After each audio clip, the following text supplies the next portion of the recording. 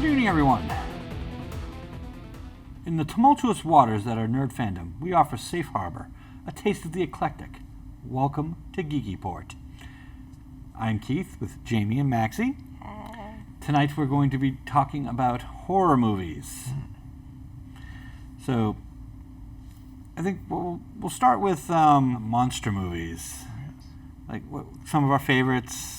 We'll touch on some things of like what makes a horror movie, that sort of thing. So, I think I'm going to start with some of the more classic monster movies that I can think of that I remember seeing that were kind of cool. You know, some of the old black and white stuff like The Wolfman, Sure.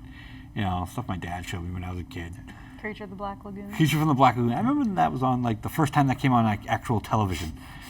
The original Frankenstein and Bride of Frankenstein from the 30s. Mm-hmm. Those are excellent films and still hold up today. Sure.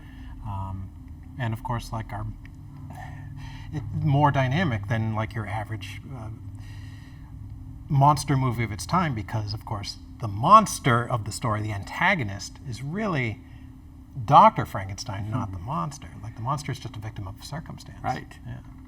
There's that little saying there. It's like intelligence is knowing that Frankenstein is the monster. Wisdom is knowing that Frankenstein is the monster. Right. Nice. So, touching really quick back on the Creature from the Black Lagoon, because there's a funny story I remember, was it's on Channel 56, and when it came on TV, it was like a big deal because I think they put it in like 3D. Oh yeah. And they I remember that. got 3D glasses, and you had to like adjust your TV so like the picture was half and half or something. You had the 3D glasses so you could watch it. I thought that was kind of neat. I was there like one about like 10. an escaped gorilla. I don't I remember that one too. It wasn't as well received. No, I don't remember that one. I think it was Creature from the Black Lagoon. Yep, It because that was super cool. Yeah, it was pretty cool to see the gill man. Yeah, I don't Like know. swimming through the Called the water, and it creature. looked like he was coming right out of the television. So, Really stuff. cool 3D technology back in the day. and then it died out for a long time. Long and, time. Jaws 3. Yep. Jaws 3D. Was it just Jaws Jaws 3D. just like going, like it wasn't moving or No, being, it was just the gliding. Just a picture. The worst. Oh, it's worst. beautiful. The Jaws sequels are terrible. Jaws 2 is decent. Is that the one where like the child is older and then the Yeah, mom it's the has kid. like PTSD Yeah, whenever like the grandchild goes in and she's like, stop it! yeah, And she keeps seeing yeah. Roy Scheider. No, he's well, Roy Schneider's in this one, in Jaws 2. Oh, then I'm thinking of Jaws 3. 'Cause I No, think Roy Jaws 3 takes place at you're thinking of Jaws Revenge. Jaws 4. That's what I'm thinking of. Right. That's the crappy Michael sequel Caine. I've seen. Yeah. Yes. But yes, no. Jaws 2 is kind of cool. It's decent. I mean, Michael Caine should have fired his. Should have been like, I don't want to read that script. Yeah, Michael Caine Don't said, recommend that. oh, this is garbage, but they gave me this sack of money. That's true, right? Or he said, no, I'm not going to do it. And the studio went, but then what will we do with this large sack of money? I guess I'll take it home with me. Do it. Do it. Well, that's what's great about British actors. It's like you can cast them in anything, and they're still going to give you like this magnificent performance. Peter Cushing in Star Wars. Exactly right. Sir Alec Guinness. It's Alec Guinness, right? But like, where we're going into Christopher sci-fi, Lee. Yeah, let's bring it back to horror. Well, speaking of that, Yes. this is something that we were just talking about a little while ago. The movie Alien. Yes. Yes. Sci-fi or horror? Both. Both. I think Both. Why not both? sci-fi horror is a subgenre of horror. Okay. Yeah, and actually that's a subgenre that I enjoy. Black Mirror certainly is sci-fi horror. Repo, the genetic opera. Just because you watched that the other Yeah, no, he just day. watched it, so it's on his mind. It's constantly on my mind. It's really good. Arguably, Frankenstein is sci-fi horror. Where you take like something that's scientifically plausible. I know Frankenstein kind of stretches very, the premise. very thin. Zombie films, certainly. There's nothing supernatural happening. It's all explained by science, even if it's like super science. So yeah, I would put it in there. One that I really like that's kind of underrated for, I don't think it would be classified as sci-fi horror, but it just kind of popped in my head, 30 Days of Night. Okay. Did you ever see that one? Nope. They're in Alaska where it's like during the time where like the sun doesn't come out, and it's time for all the vampires to Oh, okay. come out, and it was a really decent vampire movie. That's cool. Yeah. Vampires are cool. Based on a too. comic book, too. Oh, was it? No. Because I know 28 Days Later was that based on a comic book? Or I know it drew influences from Walking Dead, because the opening shot of 28 Days Later is very similar to the opening of Walking Dead, where he wakes up in the hospital. Oh, and I remember that stirred up controversy because they're like, it's The Walking You Dead. just stole that from The Stole that Walking from Dead. Walking Dead. And then, kind of going off of what it just kind of made me think of it. When you were talking about that, up in the Alaska and all that stuff, is The Thing, John Carpenter. Sure. Yeah. Very Lovecraftian movie. Right. About a shape-shifting alien, which is Right. terrifying, because it's like you're there hanging with your friends that you've known, and one of them is actually this Thing. carnivorous, murderous extraterrestrial. Right. Yeah. And it's got that a cool element of horror, isolation. Right. They're down there in the Arctic, or the Antarctic, actually. I think they're in Antarctica. And, it's just like them and their little research post kind of thing, and They can't there's nowhere to call go. the police. They can't run anywhere. It's like The Descent.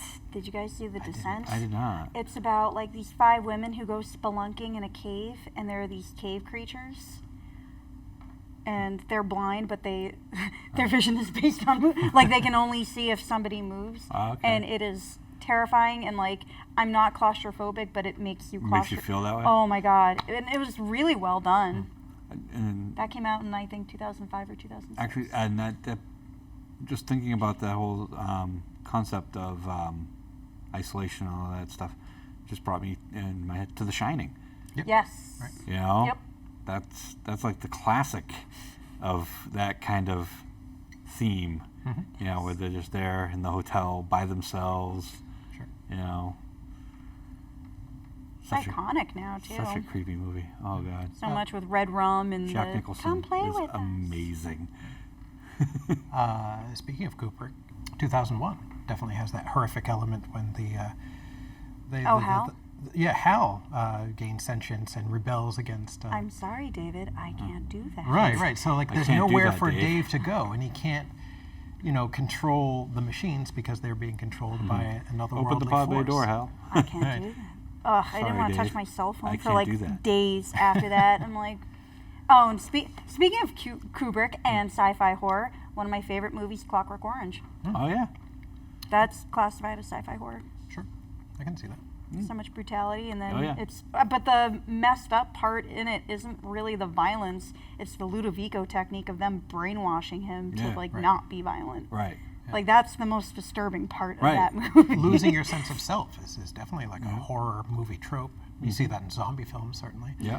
Like losing who you are and just becoming just part of this amorphous mass, and attacking your friends. Or like someone who you've known for years, could be like a wife or a husband or a child, is suddenly this murderous, carnivorous beast Right. that still looks like your loved one. I mean, Right. that's, Yeah. that's amazingly horrific stuff. Yeah, and anything like that, like that has that, like you were saying, that loss of self, like where you start doing things, against your control, or vampire movies and that sort of thing. Zombie movies not only have the loss of self element, but also the other very real element of knowing that you have an illness that you can never be rid of, that you can never be cured of. But I haven't really seen a zombie movie that really deals with the main character becoming, other than like the TV show, which is more of a kind of a comedy, but like iZombie, but Right. She's like a sentient zombie. right. Well, she hangs on to her sentience by eating brains. Right. Right. So if she stops eating brains, she becomes. I guess the I typical, don't know. like, I've never really watched it. I've just seen things on, commercials for it. But I was thinking, I've never really seen a horror movie, whatever, that deals with the main character becoming a zombie. Usually, it's trying to survive the zombies. Right. Right. The closest thing I can really, I don't know how close it is. I Am Yeah, But he has to, great movie. I love that movie. I've only seen it like once, and it's because the part with Sam. Oh, yeah. I do not like anything where animals. Yep. That, Actually, now the movie is very different from the book. Right. I'm sure it is. Like I'm not shocked well, I by mean, that. like the whole theme of it is very different. Yeah. I'm going to spoil alert for people because it's really interesting. Spoilers. So if you want to know what happens in the I Am Legend book, don't listen to what I'm about to say. Don't But see, listen, viewer. it's kind of a twist ending where I Am Legend is like the whole thing is actually it's from the perspective of the others, not him. Oh. He is the legend because he's the horrible thing that's coming and stealing them. Oh, that's cool. I mean, like he's like because he shows up in the daytime and snatches like them and brings them to his lab to test on them. So Oh, that's awesome. yeah, so that's I like that. yeah, so it's actually twisted around where he's the bad guy kind of. right. It's almost like the others. Yeah, something like that. Yeah. That's like the twist. Another spoiler that's the twist that they're like, our house is haunted. And it's like, no, you're the one haunting the people and you don't know it. Right. Oh, It's like, that makes sense, you know. You Yeah. right there the whole time. Oh my God! Spoiler again. oh, Movie's what? been out for how long? Exactly. Almost 20 years now. No, I am Came out totally 99. tired of spoiler culture. By the way, it just drives me crazy. But there's been like 3 versions of the novel I Am Legend, and one of them was the Omega Man, and I don't think any of them are really true to the novel in the way that you've described. Yeah. Switching gears a little bit to, because you just kind of made me think of it with haunting people. Kind of the paranormal kind of horror movies, things like Poltergeist. Sure. Or any Crimson of the, Peak, yeah. I love any of the ghosty Gothic horror, yeah. Yeah, any kind of the ghost movies.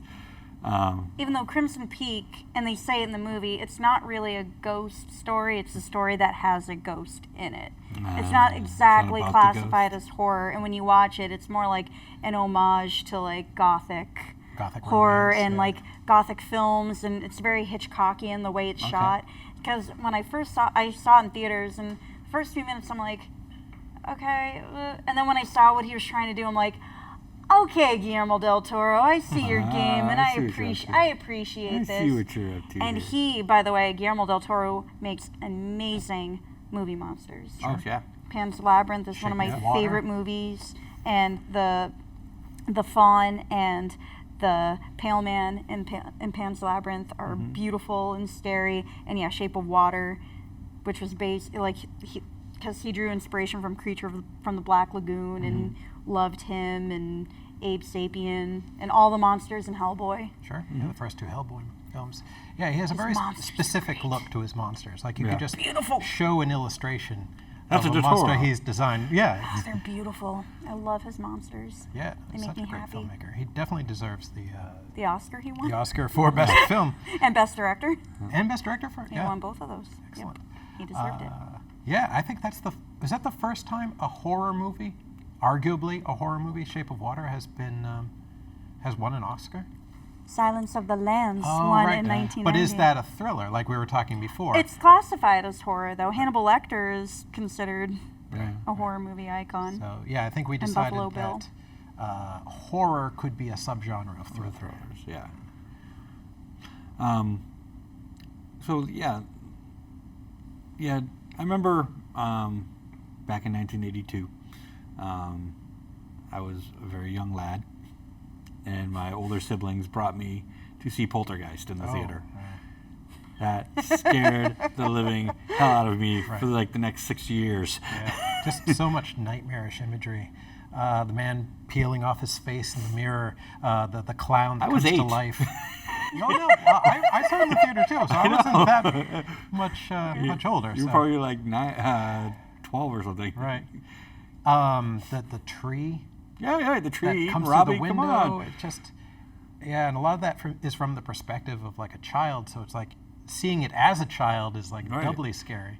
It's I like didn't I would wanna- be I reacting didn't wanna exactly the same way. I didn't want to open my closet for like a month.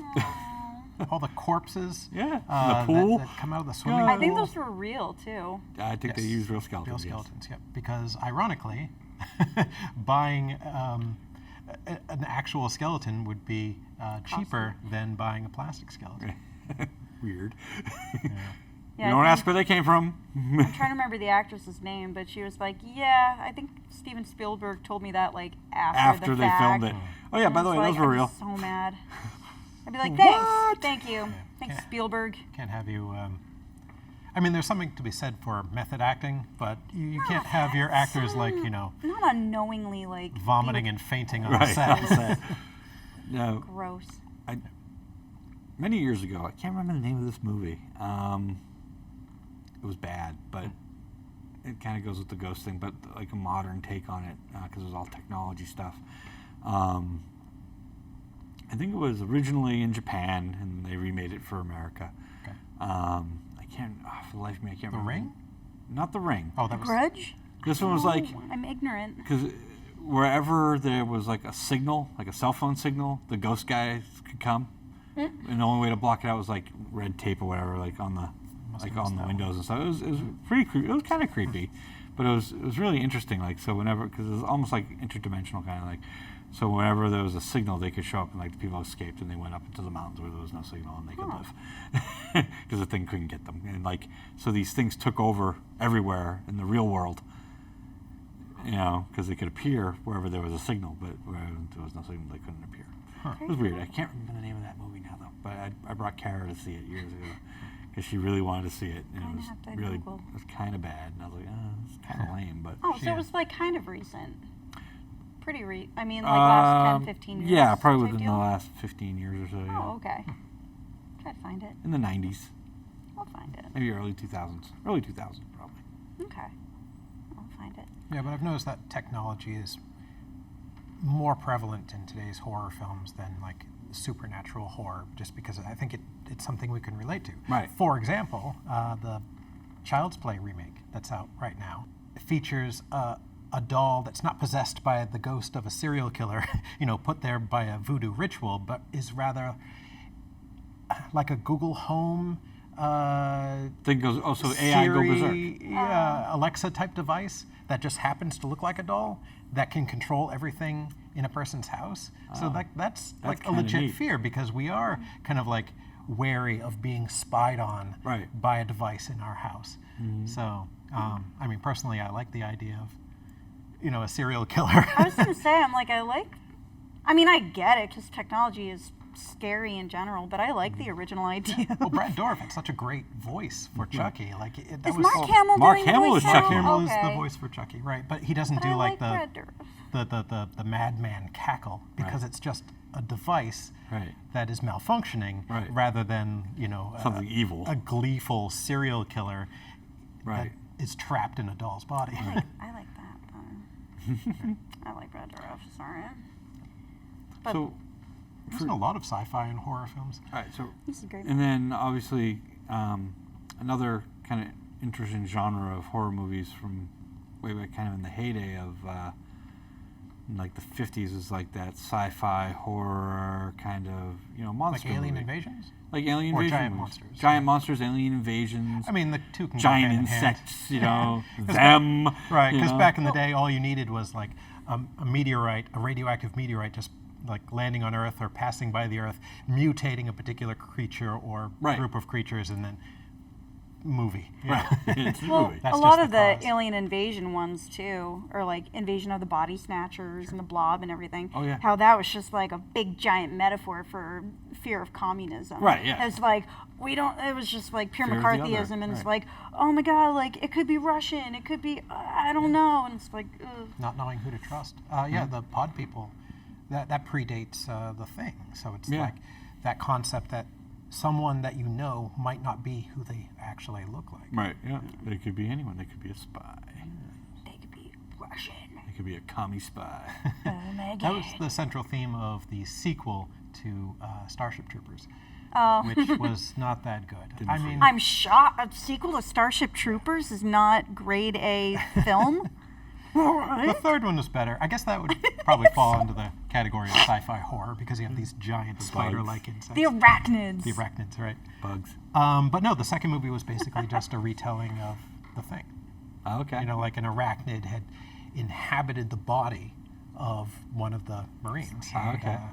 Like that's where the horror comes from. Yeah. You don't have like these big epic battles or Yeah. space It's scenes. all They're all quiet. Yeah. Like Alien. Right. I love that. You know, in the original In space, no one can ending, hear you scream. I don't think anybody actually says that. In No, the it's movie, the though. It's just the tagline, but everybody quotes it. But I think there was an original ending where the alien did kill Ripley, Oh yeah. and then responds back to like NASA in her voice, like the alien heard that, yeah. speaking in her voice, Ah, which I'm really glad they did not That'd be do dumb. because that would have been so incredibly stupid. Send more cops. Sorry, Return of the Living Dead reference. Yeah. Yeah. Where the zombies, I mean, they are like the reanimated corpses of like Yeah. people, but they're like new personalities. Right. And they're just like gleeful about like, being a carnivorous zombie. Because like zombie movies, I'm not typically a big fan, other than one, Zombieland? Zombieland. I love Zombieland's Zombieland great. so much. Getting a Zombieland is sequel, great. is it this Yeah. year or next year? Better be. I think it's it might be next year. But yeah, I'm super excited for that too. By the way, yeah, Zombieland was a great movie. Like I typically don't like Night of the Living Dead. Kind of bored me, those kind of things. I'm like, I don't really dig zombie movies. I But think you'd like Zombie. Shaun of the Dead. Shaun of the Dead well, is that, great. that's another kind of genre. That's kind of like that horror comedy kind of thing, Yeah. right? Where they make fun of the tropes and Yeah. everything, and it's very That- self-aware. That's there's some. But like Zombieland, it establishes characters that you can relate to Right. that actually have these heartfelt moments. Right. And then, And they kill Bill Murray. that's right. Do you have any regrets? Garfield, maybe. That's amazing. Bill Murray, that was great. Apparently he's really- they play Ghostbusters together. What's that new zombie movie that he's in? The Dead Don't Die Right, Something like yeah. that with with Adam Driver. Right. And it takes place in Centerville. Isn't that weird? Interesting, like a Here? fictional Centerville You or would think Centerville, it. Massachusetts. I don't think it's Centerville, Mass. It's just in Centerville. I mean, there's Centervilles all over the place. It's I not know, a but common name. That's- It's the thing. But apparently Adam Driver's really good in it too. I love Adam Driver. He's a good egg. That one. For paranormal horror movies, there's one that hasn't been mentioned. What do you? The Exorcist. Oh yeah. That's my favorite horror movie. That's probably one of the all scariest time. movies ever made. It's an incredible movie. Yes. In the wrong hands, that could have been unintentionally funny. Right. Yeah. But it's William like, Friedkin did a great job. absolutely, yeah. And the acting is Spot on. fantastic. Ellen Burstyn is wonderful, and Linda Blair did a great job, all and the all the practical special effects. that it still holds up. That Right. was done without computers, and Yeah. it is still horrifying, and it has a great story all about redemption, and I love it Right. because Father Alex Karras sacrifices himself for Reagan. There's a lot of movies in that genre that I remember watching that I think were pretty darn scary. Amityville Horror, the original one. Things like that. I remember, again, I saw them as a kid, kind of, so it's kind of skewed. Or if I watched it now, I'd be like, yeah. Yeah, I tried to watch Amityville Horror like a couple of years Like the ago. original? It just doesn't It hold up. did It not? feels like a TV movie. Okay. Oh, I would feel that, yeah. But I remember like movies like that and going, just being scared. Yeah, spawned a lot of possession type movies, Yeah. which I mean they're good, but they're not. I don't think they're as good as The Exorcist or as effective as The Exorcist. What about some like Personally. just as kind of a horror writer who's made a lot of movies like Stephen King stuff? Like It. Who's experiencing like a second renaissance. in Yeah. film Yeah, Doctor now. Strange is coming out soon, the sequel to The Shining. Yeah. Yes. Doctor Sleep. Doctor Dr. Sleep. Sleep. Oh, You said whoops. Doctor Strange. I which did is say. the comic book movie. Yeah, Yeah. No. But so like some of those movies. The Pet Cemetery Yep. reboot. There's a Pet Yes. Cemetery reboot. They did a Carrie remake a few years ago. Yeah. Now, some of those don't hold up as movies. Like, I kind of go, it's kind of lame. His books are good, but Ironically, the TV adaptation, the made-for-TV adaptation of The Shining, was closer to the novel, but not as good of a film as the movie. Kubrick's film. Right, yeah. So it's like sometimes you need, especially for that era of Stephen King's life where he was like Yeah. mostly drunk. Yes. And on Where coke. the novels just kind of meander. Yeah. Well, that's the thing. If you read it jumps forward and backwards in time. Like mid-sentence, it'll just be like, and now it's 1953, and you're like, okay. And all this weird like cosmic stuff involving Pennywise and this giant like turtle. cosmic turtle that represents order, and it's just really bizarre stuff, which I'm sure made sense to him at the time. But He reads it now and he's like, "Hmm?" Well, he's probably, tripping balls. he's writing it. I think he said he doesn't remember writing Christine. I think he doesn't remember writing The Shining at all. I don't remember. I don't think he remembers I writing wrote it. I half had no of his idea books. how I did it, but I wrote it. Like, it was there. My he's- demons. But he's a great idea guy. Yeah. It just sometimes with his adaptions, it takes another mind, a screenwriter, to condense it. Right. Trim the fat and just leave the essential horrific parts. So before we wrap up our show this evening, Oh man, is it that yeah, time? that half hour runs fast. Why don't we go around the table and say what our favorite horror movie is and why? Let's see. Repo, the opera, the genetic It might opera. be. You asked Really? me. Please don't, Jamie. Really? There are better movies. Really? Come on. I'm actually going to go with go way back to what is potentially one of the first horror movies ever made, The Cabinet of Dr. Caligari. Okay, Better I've never answer. seen That's that. a better answer. It's a silent German expressionistic film about a hypnotist that travels from fair to fair with a somnambulist, a man who is asleep for years on end and can be awoken and give like prophetic warnings to people. But what the hypnotist is actually doing is awakening him in the dead of night to carry out crimes like theft and murder. Oh, neat. Actually, Exorcist is my favorite because it's a beautiful story about redemption amidst all the ugliness and disturbing elements in it, but it still holds up and it's still great. My other one, it's in my top 5 favorite movies of all time, is called The Witch, directed by Robert Eggers, and it takes place about 60 years before the Salem witch trials and has to do with witchcraft. It is wonderful. I highly recommend it. and for myself, no surprise, just because it fits in the horror genre, the original 1954 Gojira. Nice. Japanese version, please. Nice. Not the one with Raymond Burr. Not the Cut for an Burr, American no, audience. the original Japanese Gojira. That is my favorite horror movie. Very cool. So, well, I would like to thank the viewer Thank you. for watching the inaugural episode of Geeky Port. I'm sure you would remember us from our old show name. So, thank you all. Maxie, Jamie, Thank you, Keith. Thank you.